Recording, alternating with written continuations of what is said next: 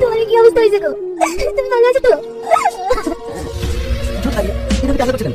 সামনে তো চলে এসেছি, দেখো কিন্তু সব ঠিক হয়ে যাবে। জানিস এই মেয়েটা কি? এটা তোমার মেয়ে, মর্জিকা। আমার মেয়ে এত বড় হয়ে গেছে।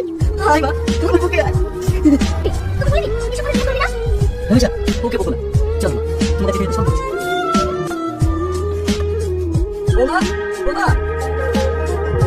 আব্বা, ভাবি শরীরটা খারাপ তো, ও শুয়ে আছে। কি রে সোনা? তোমার শরীরটা খারাপ, ওষুধ দিছি? না আব্বা, তেমন কিছু হয়নি। তাই বলে হয়? এই সময় তো আলাদা যত্ন নেওয়ার দরকার। বাজার থেকে একটু ফটো এনে দিবি তা নয়? আব্বা, চালাও। সোনা, সারাদিন পরে গেছি। ওই বইটা খুব দরকার। আব্বা, অন্য কোনো চিন্তা করো না। নতুন বছর কথা গেছে, আমি কালী বাড়ি চলে যাবো। তুই কালী বাড়ি চলে যাবি? কিন্তু তোমার এই অবস্থায় তোমাকে তুমি কোনো চিন্তা করো না। সামনে দিকে আমার 3 মাস বাকি আছে, তার আগে আমি টাকা গুছিয়ে দিলাই। রামেশাকে দেখাশোনার জন্য তোমরা তো আসবে। ভাই, ভাবি ডাকছে। বুঝো, আমার ব্যাগগুলো সব গুছিয়েছো তো? কালকে আমি ভোর থেকে চলে যাবো। বুঝেছি। এই পারি, তুমি কেন যাচ্ছ? চলে যাবে? না না, এত হবে কেন? আব্বা আছে, শ্রাবণী আছে, তোমরাই তোমাকে দেখবে।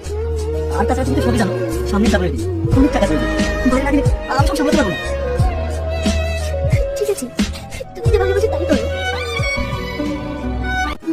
খুনি আমাকে চিন্তা করতে হবে না। হ্যাঁ, আমিও ভালো আছি, আর তোমার বেবিও ভালো আছে। কি না, আমার সাথে কথা বলো। হ্যাঁ স্যার, ভালো আছি বাপ। শরীরটা সব ঠিক আছে তো? ভালো আছি। তুমি কেমন আছো? শ্রাবণী ভালো আছে তো? আমি সবাই ভালো আছি। শ্রাবণী বিয়ে তো এগিয়ে এলো। তুই ভালো আছিস কবে?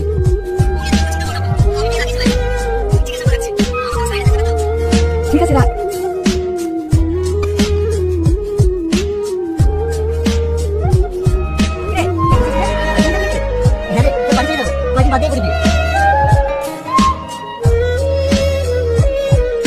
কি করছে?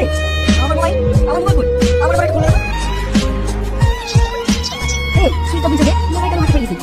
ঠিক আছে রোহিত, মোবাইলটা শুনে কথা বল। আমার সাথে কথা হবে না।